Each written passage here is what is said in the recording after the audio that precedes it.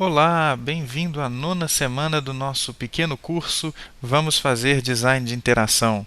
Meu nome é Caio César e eu estou aqui para falar dessa semana sobre testes com usuários. Esse é um mini curso da nossa iniciativa designdeinteração.com.br.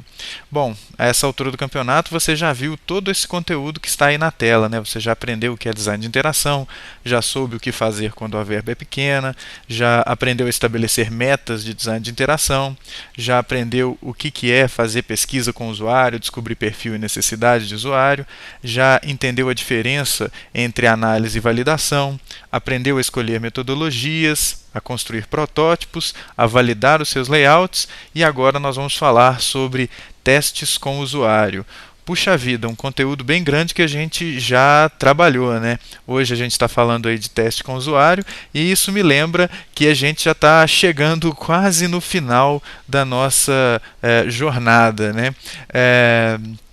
Puxa vida, parece que ainda falta muita coisa para falar, né? E isso talvez seja uma dica do que vem por aí. A gente está chegando nos finalmente desse curso, né? Essa é a nossa penúltima semana e eu preciso dizer que tem sido muito bacana. Eu estou inclusive pensando em continuar com essas aulas, mas para eu saber se vale a pena continuar ou não, eu preciso saber também, eu preciso ver se você acha que vale a pena, né? Então, deixe o seu comentário, deixe a sua opinião, e se for o caso, se você quiser, tiver interesse que a gente continue, eu gostaria de saber que assuntos vocês estão a fim de aprender, de estudar e etc. Né? Eu espero que, apesar de todas as dificuldades, né, inclusive hoje também um pouco com o áudio, eu peço a paciência de vocês. Eu estou testando uma nova locação que não está se mostrando muito mais silenciosa e também um novo microfone. Mas, por favor, me deem o seu feedback aí, me falem o que vocês estão achando e, dependendo disso tudo, quem sabe a gente não anima e continua essa empreitada, né? Pode ser uma boa. Esse é um pequeno curso, como eu falei, né, só de introdução ao tema, então há muito que aprofundar em cada um dos assuntos que a gente trabalhou nessas aulas ao longo dessas semanas. E também há muitos outros assuntos para serem explorados no universo do design de interação.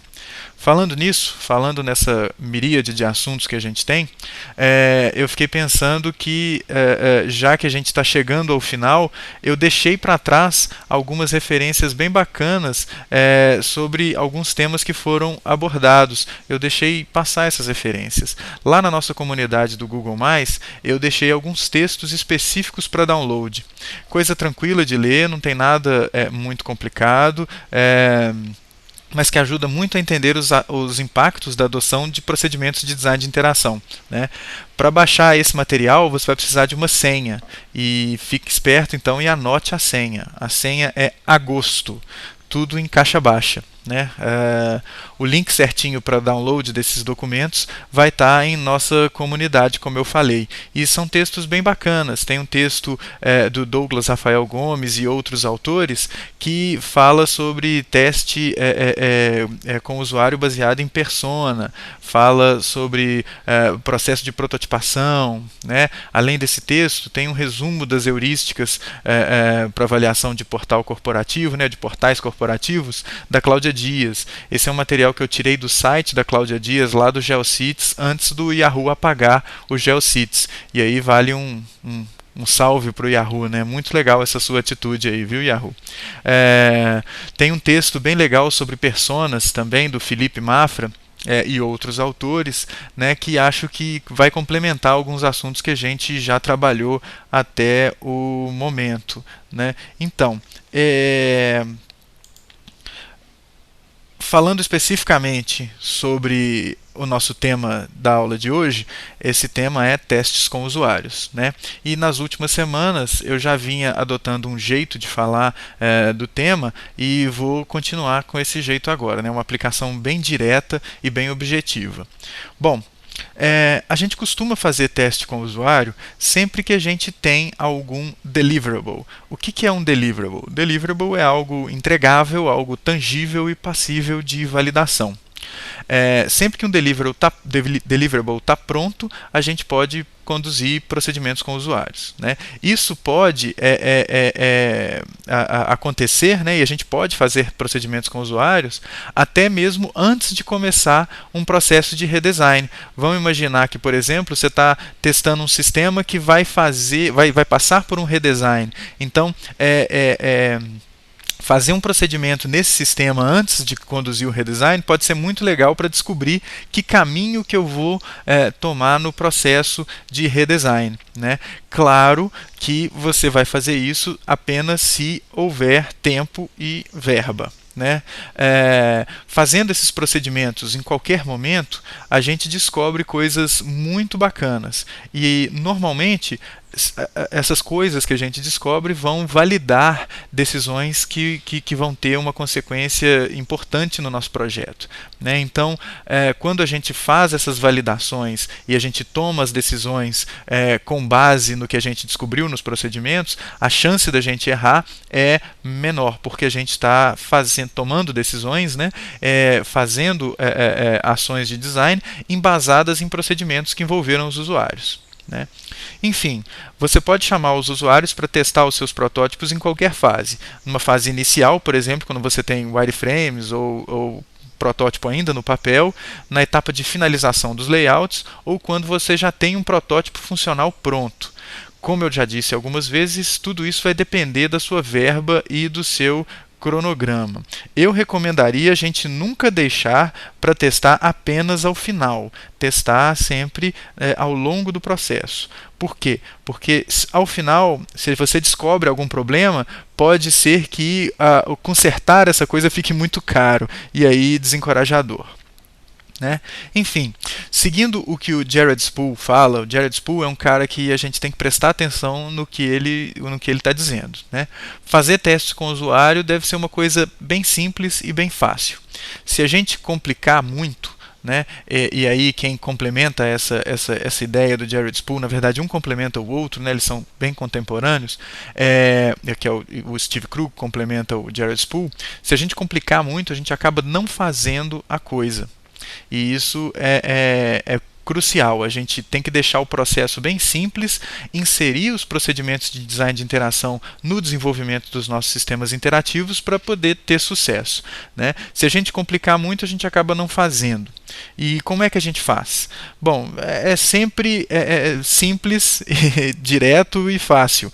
Coloque o usuário para utilizar o sistema e tome nota. Esse é o princípio geral de um procedimento com o usuário. Claro que isso vai variar se é um sistema de dispositivo móvel, um sistema de um quiosque, etc.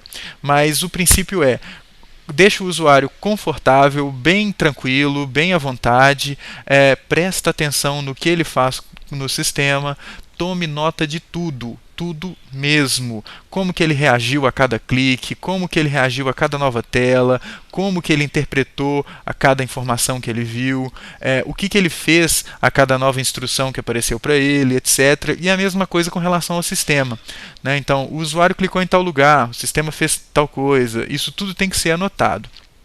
E a gente deve fazer essas anotações procurando não atrapalhar o usuário, não interagir com ele no momento do teste. O nosso objetivo aqui é observar e a nossa função é tomar nota, né? Então, é muito legal quando a gente consegue fazer isso no ambiente do usuário, né? Quando a gente consegue ir até o ambiente do usuário, né? Isso costuma ser fácil quando a gente está com um protótipo funcional e tem condição de testar o sistema funcionando no ambiente do usuário. Mas isso nem sempre acontece, né? Ainda assim, dá para continuar seguindo os ensinamentos aí do Jared Spool, do Steve Krug, do Jeffrey Rubin e de todos os outros que falam de teste com o usuário. A premissa básica tudo que eu preciso observar é como que o sistema funciona quando o usuário usa o sistema e como que o usuário responde ao sistema, né? Então, esse diálogo aí. Fazendo isso, já dá para a gente descobrir um tantão de coisa e as coisas que a gente descobre vão embasar muito as nossas decisões, né?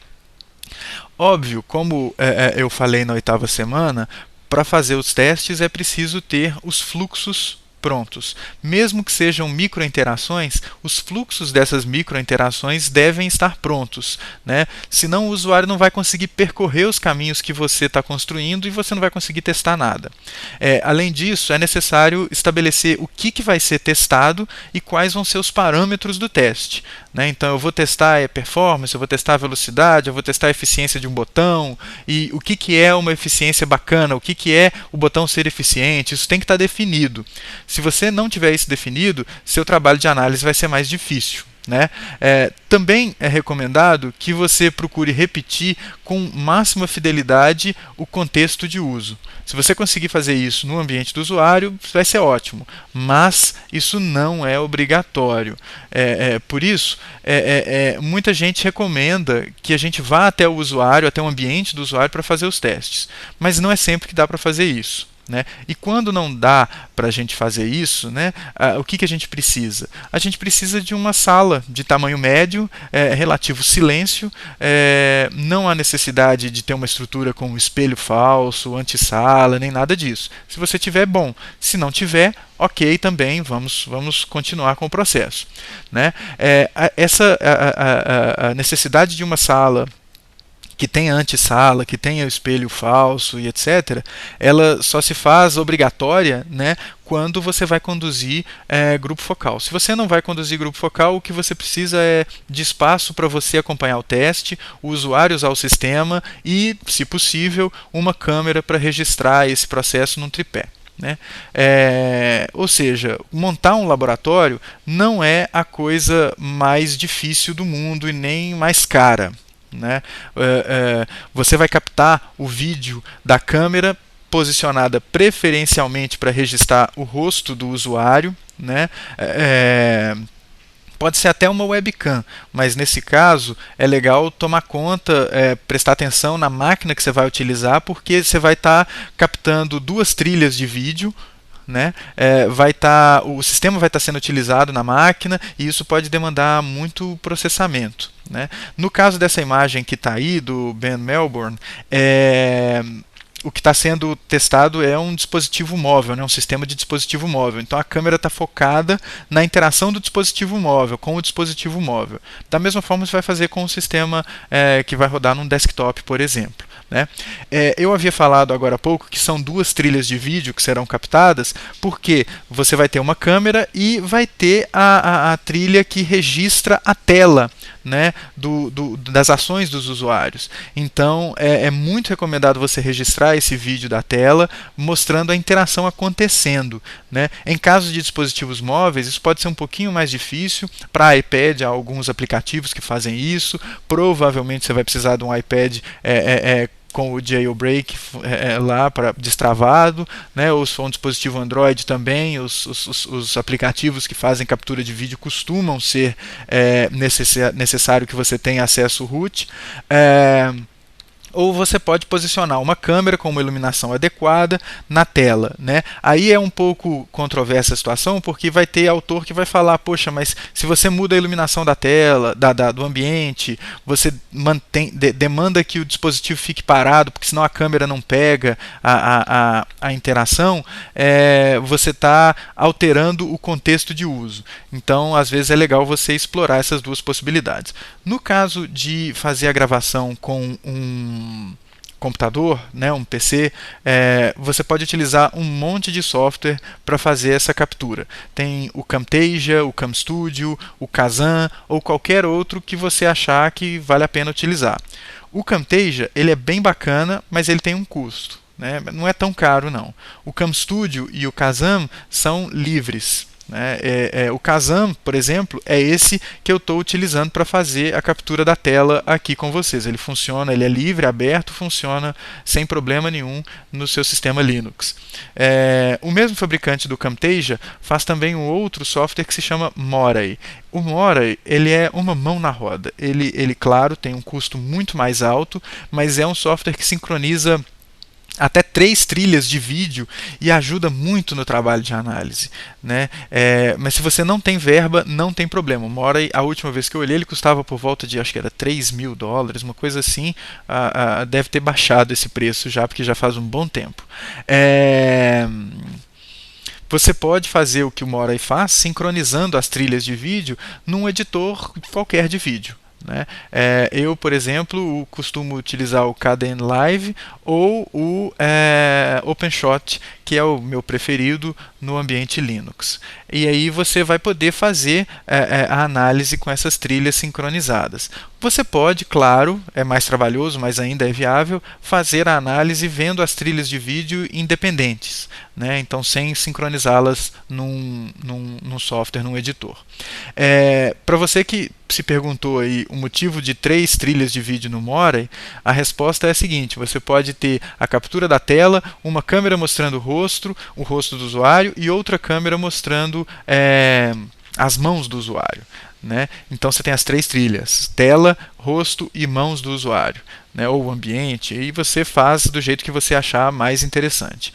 Se você não tem uma câmera, não há muito problema, né? Assim, o ideal é que você tenha, mas se você não tiver, grave pelo menos a tela do computador, né? Então isso vai ser muito importante. E tente registrar o áudio. E aí o áudio, é difícil você não ter recurso para registrar o áudio, porque até com um celular você grava o áudio e pode sincronizar a trilha aí num editor de vídeo bem simples para entender o que estava acontecendo em áudio quando acontecia as coisas no vídeo, né? Graças a essa popularização dos equipamentos de áudio e vídeo, essa estrutura não é mais cara. Eu acredito que com R$ 1.000 você tenha capacidade de ter equipamentos muito bons para fazer captura, para fazer o que você precisa, né? E por mais que sejam R$ 1.000, fica tranquilo que esses R$ 1.000 se pagam rapidinho, né? Você faz algumas sessões, você já pagou o seu equipamento. Você vai ver o tanto que isso vai facilitar a sua vida, né? Sobre ainda o laboratório, né, ou o ambiente que você vai fazer, procure não ter ninguém extra tomando nota, né? Apenas você, porque mais gente costuma inibir o usuário e tumultuar o processo. Isso é importante você considerar isso para melhorar o rendimento do seu processo, né? Outra coisa, sobre o teste em si, né, é legal que você ter um roteiro para o teste. Esse roteiro vai constar a recepção do usuário, as diretrizes do que você vai falar para ele. É legal deixar o usuário tranquilo e ciente de que não é ele que está sendo testado, mas sim ele que está te ajudando a testar um sistema. Isso é muito importante você deixar claro para o usuário, explicar os procedimentos que vão ser realizados. Então, olha, primeiro a gente está conversando aqui, depois você vai fazer alguns procedimentos e a gente não vai interagir, depois a gente vai conversar, vai fazer uma entrevista, né? Tem gente que gosta de fazer uma pequena entrevista ao final do processo. Então você vai contextualizar o usuário, né? Por fim, depois que o usuário terminou, você fez a entrevista, né? Tem gente que prefere fazer, tem gente que não prefere fazer, mas por fim você vai se despedir do usuário e remunerar o usuário. Sobre essa remuneração a gente vai falar daqui a pouco. E aí a sessão está fechada, né? A realização das tarefas é muito importante, né? Ela é o foco da coisa. Procure então ter essas tarefas relacionadas e preferencialmente escritas de uma maneira bem clara para o usuário. Nesse momento de contextualização, você vai explicar para ele que ele vai ter que fazer essas tarefas. É legal você pedir para ele dar uma lida nas tarefas, né? Ler com atenção e confirmar se ele compreendeu aquelas instruções, né? Tem gente que prefere passar as instruções ao longo do processo. Eu não sou dessa turma, porque se o usuário lê as instruções antes, ele tem uma noção de quanto tempo ele vai demorar. Se você vai falando as coisas ao longo da realização do teste, pode ser que o usuário fique ansioso, e isso não é legal, né? Então, depois que você verificou se o usuário compreendeu as instruções antes de começar, bota o usuário para fazer. Então, agora começou a captura da tela, agora que você vai marcar lá nas suas anotações que começou a interação, para você marcar no vídeo, né? E observa o usuário, né? Se ele te perguntar alguma coisa, nesse momento, não dê a resposta, né? Faz aquela resposta típica que a gente vê nos filmes quando tem um psicólogo atendendo alguém, né?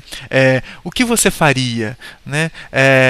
Pede para ele agir como se ele agisse, se ele se deparasse com aquela situação no contexto real, né? Então, o usuário teve uma dúvida, ao invés de você esclarecer a dúvida, você fala: o que você faria se eu não estivesse aqui? O que você faria nessa situação? Né? E aí pede para ele fazer. Né? Não custa repetir, anote tudo, anote mesmo.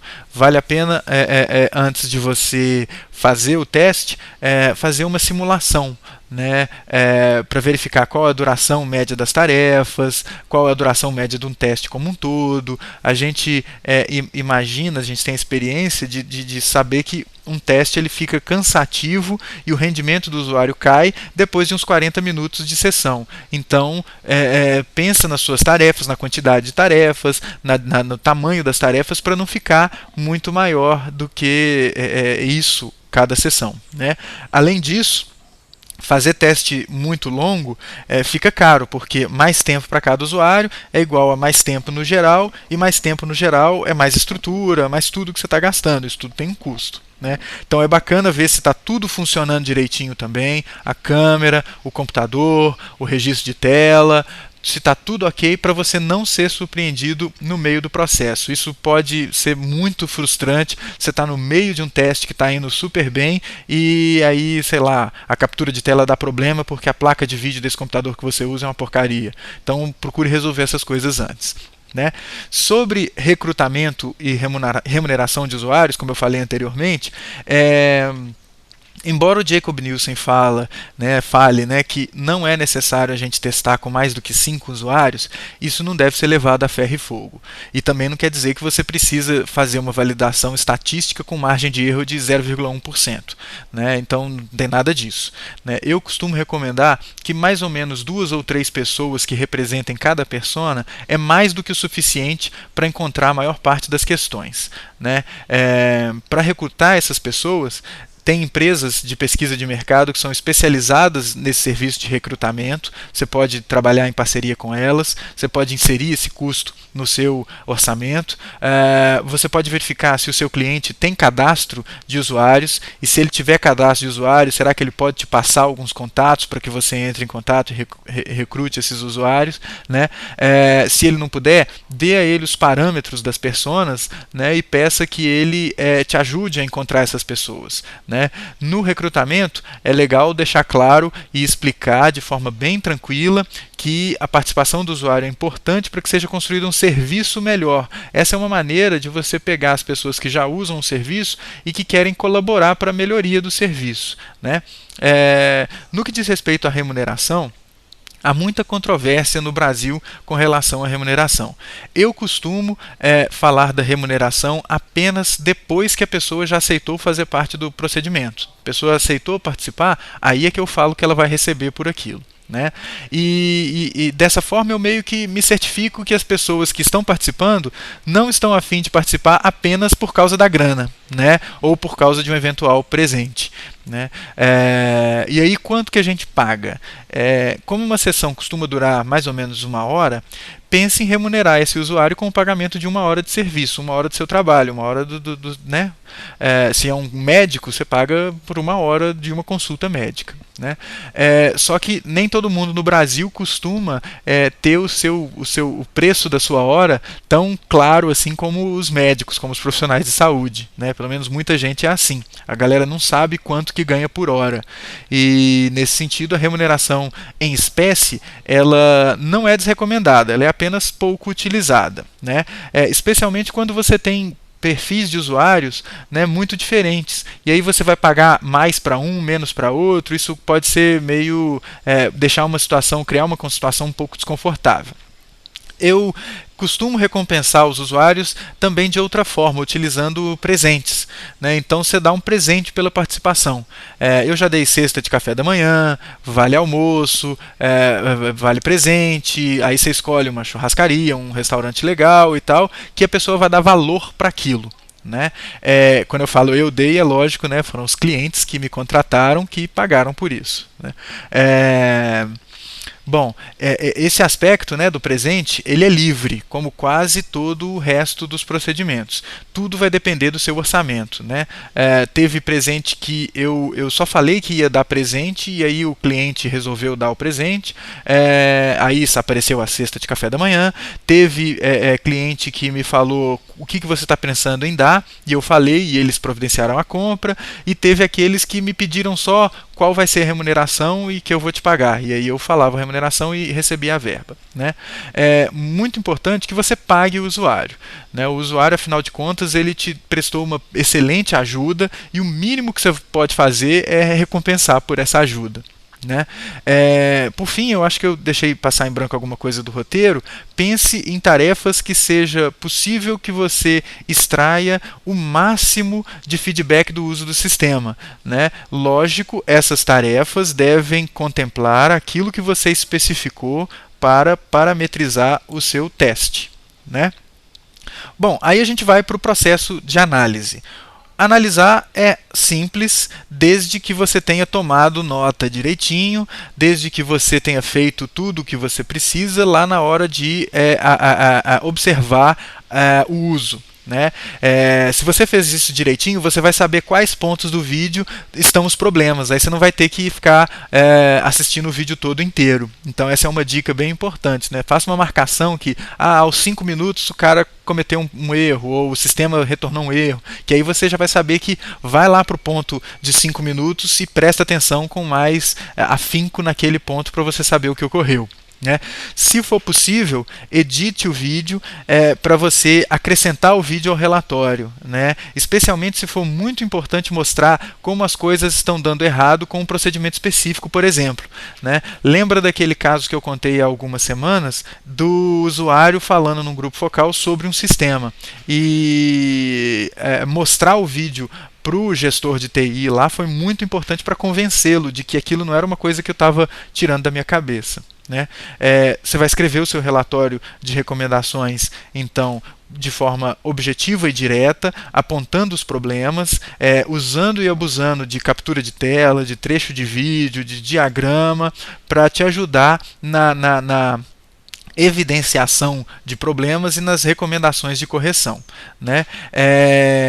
Claro, também é legal você, ao final de tudo, agradecer os usuários quando o sistema ficar pronto, né? Eu já fiz isso algumas vezes e foi muito legal, né? Mandar para os usuários um e-mail de agradecimento mostrando, no caso, eu estava trabalhando com o site, né? Então eu mandei o link do projeto finalizado e dizendo para ele que a ajuda dele foi muito importante, etc. E que você se coloca à disposição para receber algum feedback extra.